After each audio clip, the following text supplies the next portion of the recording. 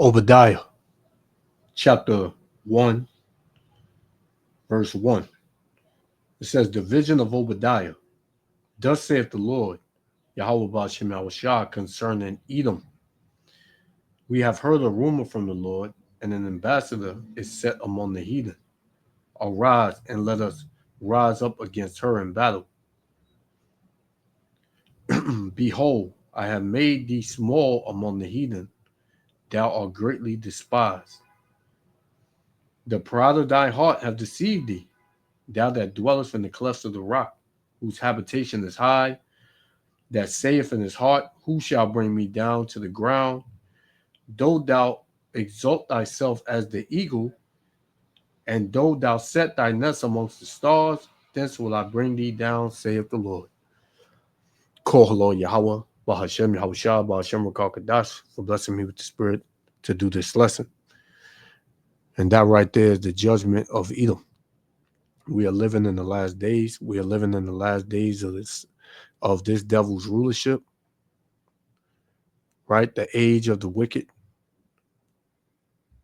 And who's the wicked? Esau, Edom. Pretty much who this is on the screen that you see.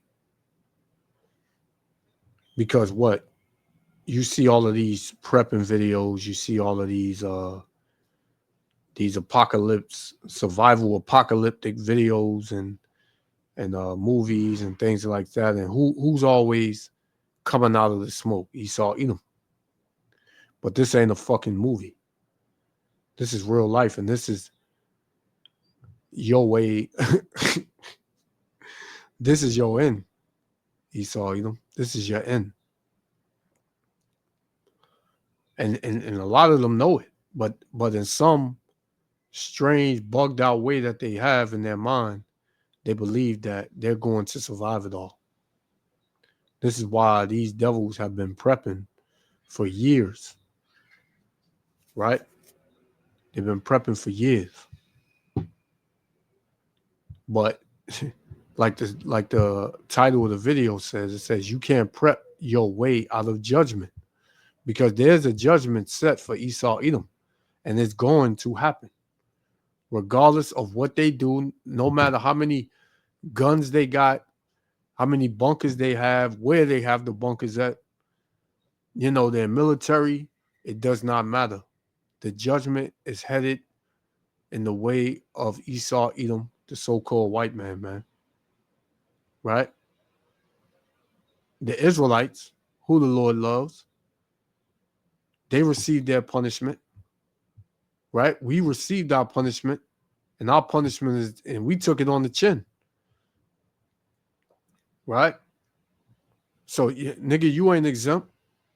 These devils feel like they're exempt, man. All the bloodshed, rape, rob, and murder that they done to the Israelites, they got to be paid back for that. And they think that their guns and their blessing, which is the sword, is going to stop it. It's not going to stop it. Right? So let's play this.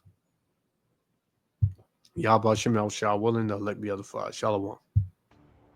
Without clear rules, panic and chaos can destroy you from the inside. You really need to be careful about that. Remember, the gangs that are forming out there, they will have tactics. They will scout you, they will test your defenses, and they will try to divide and conquer if they have to. It won't just be, looters and rioters that are just jumping in right out of the gate, trying to burn you out of your property. These are going to be, I'm not saying they're all going to be tacticians. Obviously, they're not. But they are going to get together and try to figure out the best way to get to you, to get your supplies, and to get what you have that they need. They are going to get together and try to figure out the best way to get to you, to get your supplies, and to get what you have that they need. They are going to get together and try to figure out the best way to get to you, to get your supplies, and to get what you have that they need. So you need to be not just defensive. You need to be proactive, disciplined, organized, and you have to be mentally ahead of the threat. And that's what Esau thinks. He thinks that he has everything covered. They could come from the south side. They could come from the east side. They could come from the ground. They got tunnels here. We got to make sure it's all blocked off. They show you in that movie, what is it? I just watched it a month ago. Oh man. Homestead, I believe it's Homestead, where they had like this fort, and it was gated, and they thought that it couldn't be broken down, man, but it did, you know. So everything is gonna fail Esau Edom, right? Yeah, he's the man of the field, the hunter, whatever. But he's about to be hunted. And in the way he's about to be hunted, he's not ready for that. Right? Because guess who's the hunter? Yahweh Ba'ashem Yahushua. Right? And you can't escape. Esau, you can't escape, man. You did too much. You did too much. This is 2nd Esdras chapter 15 and verse 5.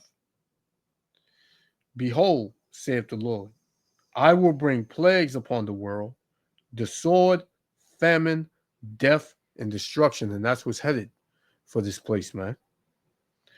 All of the above. Verse 12. Egypt shall mourn, and the foundation of it shall be smitten with the plague and punishment that Yahweh Ba'ashem Yahushua shall bring upon it.